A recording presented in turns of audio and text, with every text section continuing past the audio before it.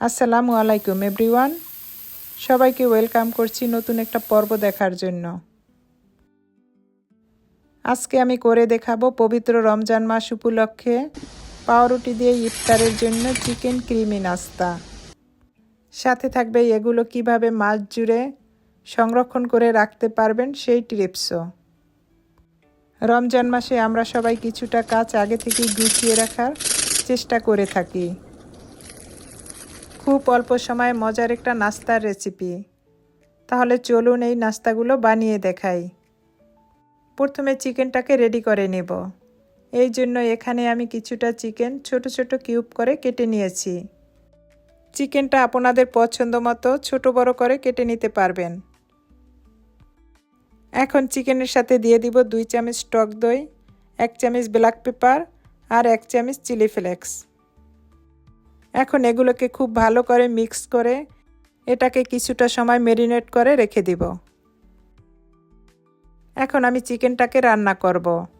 এই জন্য এখানে আমি 2 চামচ অলিভ অয়েল তেল নিয়েছি। এখন দিয়ে দিব রসুন। এখানে আমি 3-4 পিস রসুনকে কুচি করে কেটে নিয়েছি। রসুনটাকে তেলের সাথে হালকা একটু নেড়েচেড়ে ভেজে নিব। এটাকে খুব বেশি ভেজে ফেলার দরকার নেই। এখন দিয়ে দিব চিকেনটাকে রসুনের সাথে এভাবে নেড়েচেড়ে একটু ভেজে নিব।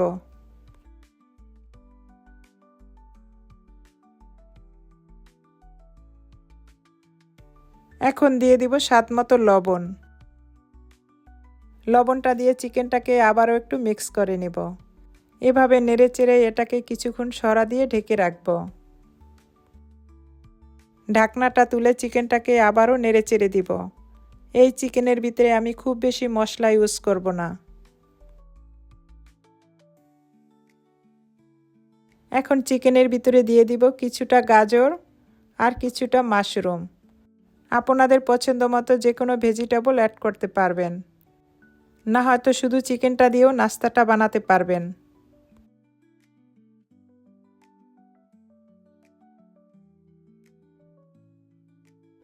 এখন এটাকে ছড়া দিয়ে ঢেকে রাখবো পানিটা শুকিয়ে যাওয়া পর্যন্ত।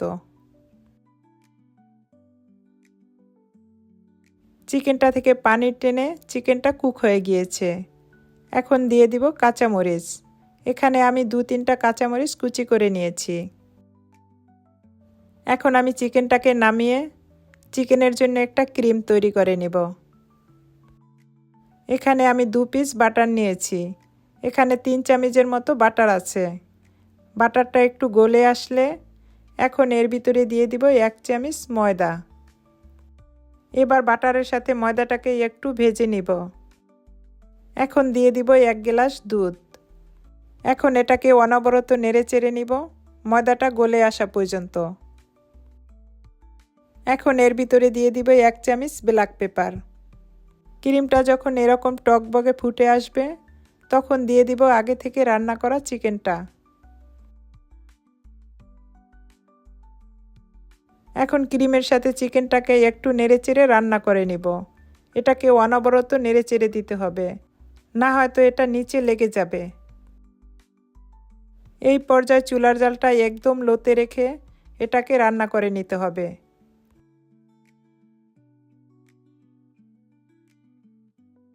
এখন চিকেনের ভিতরে দিয়ে দিব স্প্রিং অনিয়ন। স্প্রিং অনিয়ন দিয়ে এটাকে নেড়েচেড়ে নামিয়ে নিব। এখন চিকেনটাকে এক সাইডে রেখে ব্রেডগুলো রেডি করে নিব। এখন ব্রেডের সাইডের অংশটাকে আমি কেটে নিব। সাইডের অংশটাকে আমি ফেলে দিব না, এগুলো দিয়ে ব্রেড গাম বানিয়ে নিব।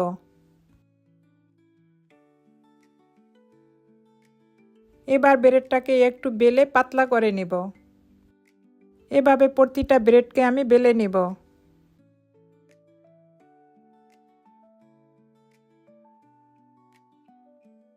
একটা ব্রেড থেকে আমি 2টা নাস্তা বানাবো। এভাবে মাঝখানে কেটে নিব।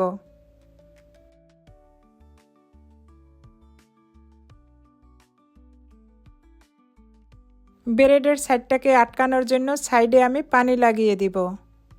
ব্রেডের সাইডটাকে আটকানোর জন্য কোনো রকম আটা দিয়ে গুলু বানানোর দরকার নেই। পানি দিয়ে সাইডটাকে সুন্দরভাবে আটকানো যাবে।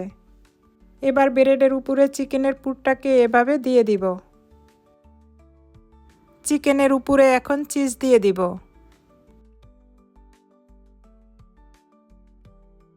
এবার ব্রেডটাকে এভাবে ভাঁজ করে সাইডটাকে আটকিয়ে দিব। এবার এটাকে হাত দিয়ে চেপে চেপে খুব ভালো করে আটকিয়ে দিব। এটা যদি ভালো করে আটকানো না হয় ভাজার সময় খুলে যাবে। একই পদ্ধতিতে আমি সব নাস্তাগুলো বানিয়ে নিব। আমি আশা করি আপনাদের কাছে আমার এই রেসিপিটা ভালো লাগবে।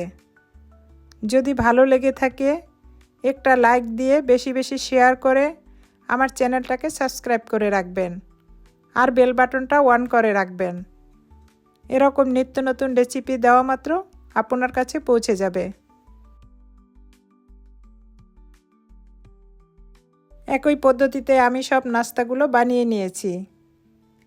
এখন এগুলোকে ব্রেড গামে কোট করে দেখাবো। এই জন্য এখানে আমি একটা ডিম নিব।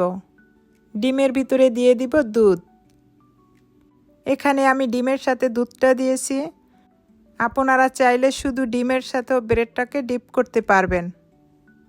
দুধ দিলে ব্যাটারটা একটু পাতলা হয়ে যাবে। দুধ না দিয়েও শুধু ডিম দিয়েও এই নাস্তাটা বানাতে পারবেন। এখন এই নাস্তাটাকে কোট করার জন্য লাগবে ব্রেড গাম। প্রথমে এটাকে ডিমের ভিতরে ডিপ করে নিব, তারপরে ব্রেড গামে কোট করে নিব।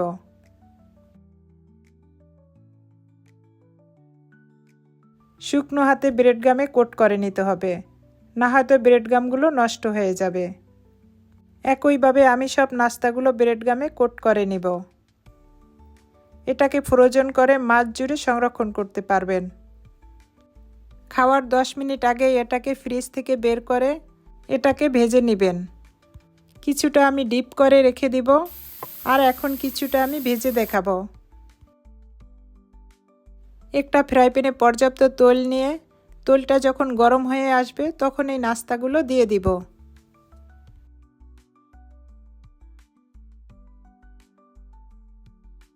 এই পর্যায়ে চুলার জালটা মিডিয়াম রেখে নাস্তাটা ভাজতে হবে, না হয়তো উপরটা খুব দ্রুত কালার চলে আসবে। সুন্দর একটা কালার চলে আসলে নাস্তাগুলো তুলে নেব। এই নাস্তাটা এতটাই টেস্টি যে উপরটা থাকবে ক্রিস্পি আর ভিতরটা থাকবে ক্রিমি অ্যান্ড চিজি। এভাবে নাস্তা বানিয়ে আপনারা ইফতারের টেবিলে অথবা বাচ্চাদের স্কুলের টিফিনে যে কোনো সময় ঝটপট বানিয়ে দিতে পারবেন। এটা এতটাই টেস্টি যে একবার যে খাবে সে বারবার খেতে চাইবে। দেখুন এটার উপরটা কতটা ক্রিস্পি আর ভিতরটা কতটা ক্রিমি।